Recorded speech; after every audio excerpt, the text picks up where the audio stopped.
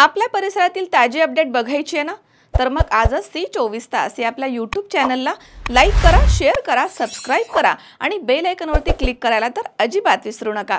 चांदवड तालुक्यातील राहुड गावाजवळ मुंबई-आग्रा राष्ट्रीय महामार्ग क्रमांक 1 वरती अज्ञात वाहनाच्या धडकेमध्ये एक नर बिबट्याचा मृत्यू झालाय।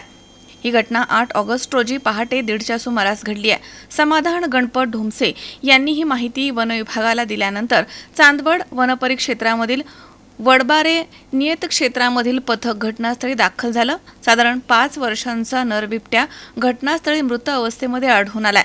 मृत बिबट्याला वन कर्मचाऱ्यांनी चांदवड प्रादेशिक वनपरिक्षेत्र कार्यालयामध्ये आणलं। चांदवडचे पशुधन विकास अधिकारी श्रेणी 1 यांनी वैद्यकीय तपासणी करून सकाळी शवविच्छेदन केलंय। त्यानंतर शासकीय नियमानुसार कार्यालयाच्या आवारामध्ये दहन करण्यात आलं।